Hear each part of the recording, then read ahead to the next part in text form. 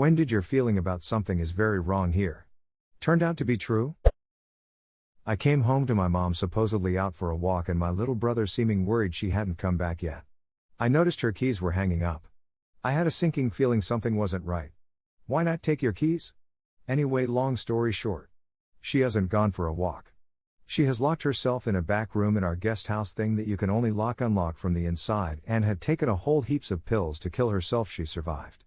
This was over 15 years ago. Still haunts us. She was dressed in her wedding dress, my parents had just divorced, it wasn't nice. Edit, thanks guys for all the concern.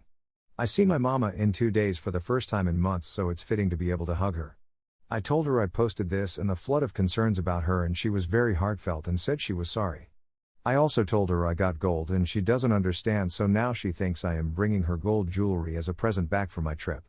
I would also like to add one thing that she has said to me in the past is that she wishes she had reached out to someone before she did it.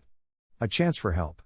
Because she could have easily have died, and when it came down to it, when she was drifting to sleep, she didn't want to die anymore and just wanted to hug her kids, that's what she said. But it could have been too late. So learning from my mom's experience, please, if you feel like this, please, you have nothing to lose than asking for help. Even message me. About 10 years ago, my mom said she had a really tiring day. When she was going upstairs, she said goodbye instead of good night, and it just really sat wrong with me. Checked on her a little later and she wasn't waking up, so we called 911. Turned out she had taken a bottle of pills. That really ducked me up for a while. I was terrified I was going to end up alone with my asshole stepdad. When paramedics arrived, they asked him if she had any allergies and he said no, and it still frustrates me that I had to be the one who told them her allergies. Kind of a dumb one, but we had this regular customer who was very weird. I worked in an auto wrecking yard and he always came in and bought random, off-the-wall shit. Anywho, me and a new guy load some stuff into the back of this guy's van. He gets in to leave and new guy is standing behind the van next to the building. I say, hey, I wouldn't stand there. New guy looks at me puzzled and moves. Sure enough, weird customer puts it in reverse and punches it. Backs right through the wall of our office. My dad did something like this while driving. Carload of family, zipping along as he was prone to doing. Then, just before a blind corner, slowed right down for no apparent reason. Like, slowed a lot more than necessary. A second or two later another car comes around the corner on our side of the road. Would have been a head-on had Dad not felt the uncanny urge to ease up. Finally, I can tell this story. They'll never forget it. I was with a large group of friends including my brother, and we were playing manhunt outside at night. For those who don't know, manhunt is just like hide and seek, but it's outside and is a little more complicated. My brother and his friend decide to go into a snowmobile trailer to hide, and I told them they'll hide under the trailer. Little did I know, the trailer was balancing on 2 wheels. As I was under the trailer, I suddenly got the worst feeling that I needed to get out of there. I can't even describe the feeling, but I got out quick. Seconds after I got up, they made the trailer unbalanced by getting inside, and it crashed exactly where I just was. Therese, no doubt it would killed me in seconds. I stood there in complete shock. I couldn't believe I was so close to death. Edit, not that it really matters, here's what the trailer looked like. I was behind the 2 wheels. It was very dark out, so I wasn't aware it was balancing on 2 wheels. Did they think they killed you? Yes, they freaked out. Imagine thinking you just killed your brother. I was letting my dog back inside. She walked right past me with no tail wagging or happy smile, walked right through the kitchen without wanting a treat, and went straight to a doggy bed. I knew something wasn't right, and within 10 minutes we were in the car to the emergency vet. She had a tumor rupture apparently, it was clear what needed to be done. Still breaks my heart. Went through a similar thing happen in early November. One of my dogs was outside. It was late, and I was letting the other dogs out. I called him over, and he barely moved. Just kind of looked at me, but not the I'm really tired look. I looked at my husband and said something isn't right. We got him inside. He was acting weird. He didn't eat that day, but I didn't think too much of it at the time because he was still acting normal. We took him to the emergency vet. He had an enlarged heart and liver. They said they couldn't do anything. We took him home that night. Got up around 9 a.m. the next day. Took him to our primary vet to be euthanized. He died while waiting on my husband's feet. I had my hand on his chest, and I felt his last heartbeat. Still cry every time I think about it. I think it's only been a little over a month, but it's so hard. We got him cremated. He sleeps on my end table next to my bed. Came home very late one night. My parents and sister were already asleep. House felt funny. Dogs were barking in a strange way. Looked around and noticed that my stepmother's car was not in the driveway but her purse was in the kitchen. My dad's wallet was not on its usual place. Caught someone creeping around in the backyard. The commotion woke everyone up. Creeper was one of my sister's friends.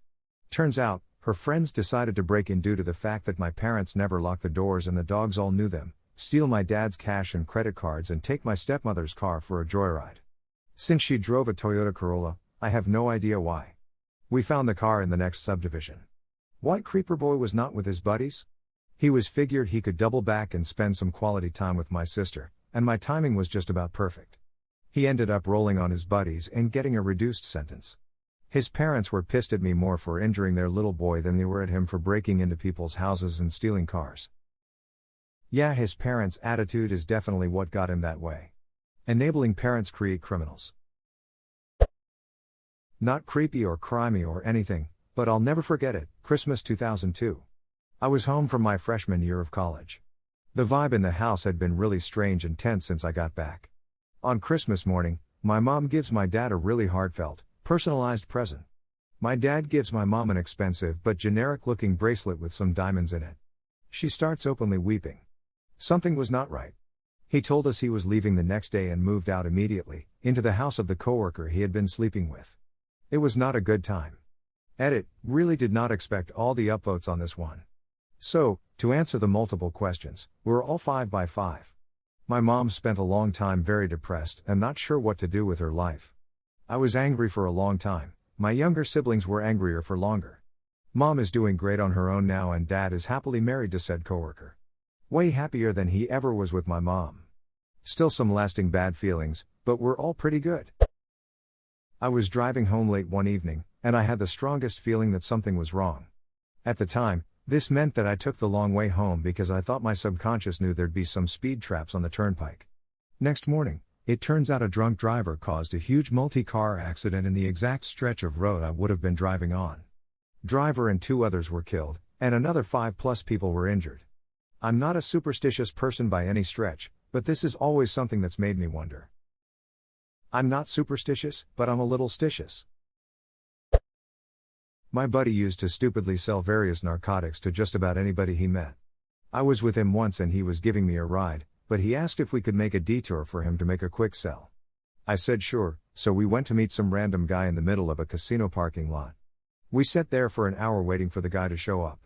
I was getting impatient and at the same time starting to get an uneasy feeling. Then the guy shows up, and the feeling got even worse. The guy was obviously an undercover cop, and I could tell off the bat. Right when I was about to tell my friend we needed to get out of there, the undercover drops the act and pulls out his gun, along with a SWAT team that surrounded us. I was 18 years old at the time and they were making jokes about straight out of high school to the pen. Luckily, I was released when they realized I was just along for the ride and was not a drug dealer myself. My buddy though, never heard from him again. I'm assuming he did some time. I'm surprised you didn't get in any trouble like accessory? I was 18 and just wanted to go home and the agents could tell I was just the friend of the guy they set up. I complied with the task force and answered their questions with the truth. So they let me go. My wife and I were renting for a few years when we decided to take the steps to buy our own house. We had enough for a deposit and had a mortgage quote arranged. We went to look at a number of houses and found one that we really liked, so decided to put our offer in. We were told that this was most likely going to be accepted, but they were going to wait a couple of days before deciding. That evening I sat in bed reading when I had a horrible feeling that something wasn't right. The next day I told my wife that I wasn't sure about it and convinced her that we needed to retract our offer, so we did. The next 2 weeks were a nightmare.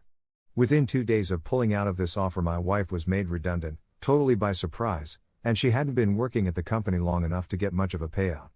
A week later our car broke down and was beyond repair, barring spending more than the car was worth. We really struggled for the next year or so and would never have been able to pay off a mortgage.